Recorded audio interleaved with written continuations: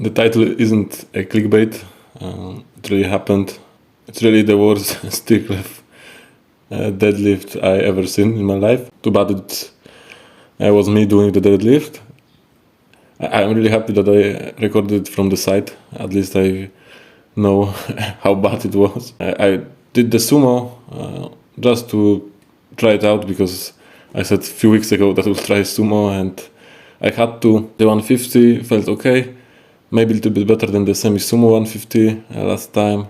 I was good probably for 170, but I didn't want to push it because I knew I won't hit any PR. 170 it's far from my PR, so I leave it like this. I won't be doing sumo anyway.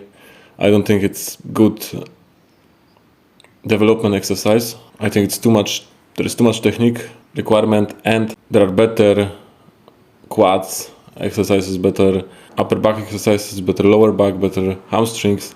It's good that sumo exists because people like me that have hips pointing to the sides can do deadlifts at all. But as a development exercise, I don't think it's good, at least for me. With my leverages, to see how bad they are. There are worst leverages for deadlift in history. When I'm preparing, you can see how much I had to bend to grab the bar, and it's with very wide stance. So you can imagine if I had normal conventional stance, I would have to do like gymnastics, forehead touch to the shins or something like that. That's how it looks like.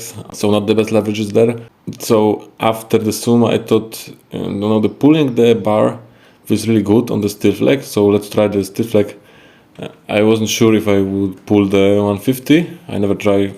Like I said, the first time I tried stiff leg was a week or two ago, whatever it was. I was doing some volume there. I thought I would try a single, and man, it didn't feel bad. It didn't feel bad at all. It felt pretty good for a stiff leg deadlift. But man, it looks like one of these fail videos that some teenage guy want to impress other teenage guys and pulls like a cat. Okay, it wasn't that bad, but it's for me it definitely was the worst pull I ever did. There are two reasons for that. My lower back, I think it's always was the weakness, and it's weakness because I don't know how to train it. I don't know how strengthen the lower back. I was doing the machines, like the machines for the old people that you sit and just extend the back. I felt the lower back then, but it was zero carryover to any to the squats then, because I wanted to bring it for the squats when I was squatting every day, and nothing there. Only thing I saw people say for the lower back is 45 hypers. Amazing exercise, but I don't know if it's why it would be good for lower back if you move the weight with the hamstrings and glutes, and the back is only holding the weight, and the weight it's not much, because on the normal hypers you can do, I don't know, I was doing volume with 15 kg on my head, something like that, so I don't know if it's enough for the lower back. The good mornings, good exercise, but I was pretty good always on the good mornings, and I didn't feel any carryover also to the lower back. So I don't know. The second reason was because before when I was pulling, I was always thinking about overextending my lower back, and that resulted in the straight lower back. I thought I would just crunch my abs, put my ribs to my pelvis. It felt good, but it's not the way to go, definitely. I know it now. Then the RDLs were also the worst I ever seen. It was all lower back, man. Lift with your lower back. Because my back was so tired after the stiff leg, I think that it just gave up. It wasn't moving at all. It wasn't even strong enough to let my hamstring stretch, so it was only stretching on the upper back and the mid back. So the worst RDLs, they felt worse even than they look.